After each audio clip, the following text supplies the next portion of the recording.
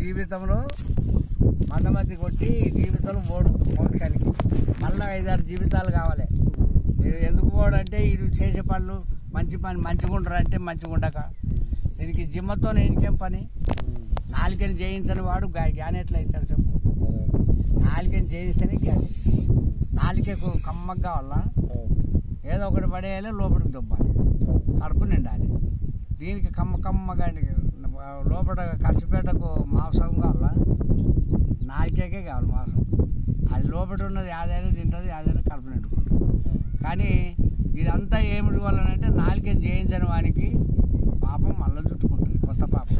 పాతది పోతుంది, కొత్తది చుట్టుకుంటుంది. దానివల్లనే వాడు పోయే మార్గానికి కూడా ఆలస్యం అయిపోతుంది. మళ్ళీ జలమెత్తాలి, మళ్ళీ గురుపోతు తీసుకోవాలి, మళ్ళీ జలమెత్తాలి, మళ్ళీ కష్టాలే పడాలి.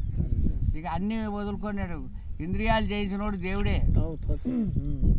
కృష్ణ పరమాత్మ